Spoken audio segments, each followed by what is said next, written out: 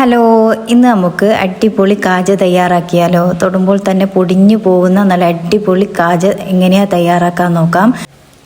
ഇതിനായി 1 കപ്പ് മൈദയിലേക്ക് കുറച്ച് ഉപ്പ് ചേർത്തിട്ട് ആവശ്യത്തിന് വെള്ളവും ചേർത്തിട്ട് ചപ്പാത്തിയേക്കാളും കുറച്ചൊന്ന് കട്ടിയിൽ കുഴച്ചെടുക്കുക. ഇതിന് 6 ഉരുളകളാക്കി എടുത്തിട്ടുണ്ട്. 3 എണ്ണം ഇതായിട്ട് പരത്തിയെടുക്കുന്നുണ്ട്. ഇനി പരത്തിയതിൻ്റെ മുകളിൽ നന്നായിട്ട് നെയ്യ് തടവി കൊടുക്കുന്നുണ്ട്. എല്ലായിടത്തും എത്തുന്ന വിധത്തിൽ നെയ്യ് തടവി കൊടുക്കുക. അതിൻ്റെ മുകളിൽ അരിപ്പൊടി വിതറി കൊടുക്കുന്നുണ്ട്. ഇനി വേറൊരു പരത്തിയത് ഇതിൻ്റെ മുകളിൽ വെച്ചിട്ട് വീണ്ടും നെയ്യും അരിപ്പൊടിയും വിതറിയിട്ട് ലെയറുകളായിട്ട് 3ാമത് പരത്തിയതും വെച്ച് കൊടുക്കുക.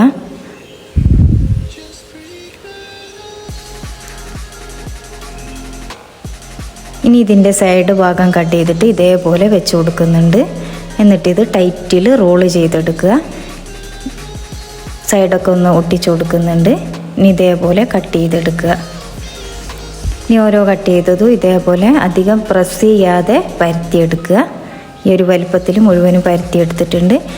എണ്ണ നന്നായി ചൂടായതിന് ശേഷം ലോ ഫ്ലെയിമിലാക്കി കൊടുക്കുക. എന്നിട്ട് ഇത് ഓരോന്ന് ഇട്ട് കൊടുത്തിട്ട് ഇതേപോലെ തിരിച്ചു മറിച്ചിട്ടിട്ട് ചുട്ടെടുക്കുക. കാജയെല്ലാം വെന്ത് കഴിഞ്ഞാൽ ഹൈ ഫ്ലെയിമിലാക്കി കൊടുത്തിട്ട് ഈ ഒരു കളറിൽ എണ്ണയിൽ നിന്ന് കോരിയെടുക്കുക. ബാക്കിയുള്ളത് ഇതേപോലെ ചുട്ടെടുക്കുക. ഇനി ഒരു പാത്രത്തിലോട്ട് 4 ടേബിൾ സ്പൂൺ പഞ്ചസാര എടുത്തിട്ട് ഇതൊന്ന് കുറുക്കിയെടുക്കുക. ഈ ഒരു രീതിയിൽ കുറുക്കിയെടുക്കണം.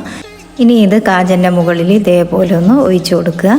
അടിപൊളി കാജ ഇവിടെ റെഡി ആയിട്ടുണ്ട്. 1 കപ്പ് മൈദനെ കൊണ്ട് നമുക്ക് ഇത്രയും കാജ കിട്ടിയിട്ടുണ്ട്. എല്ലാവരും ട്രൈ ചെയ്ത് നോക്കണേ.